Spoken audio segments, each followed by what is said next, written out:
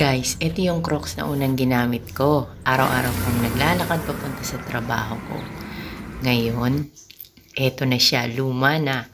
Pero naka 1 year na siya. Imagine, naka 1 year na ako sa work ko. Ngayon, papalitan ko na siya. Eto na ang bago. It symbolizes ng aking second year term.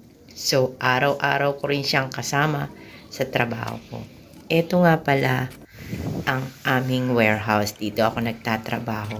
Marami ako nakasama sa unang taon ko. Sila ang mga taong nakasama ko. Yung iba, umalis na.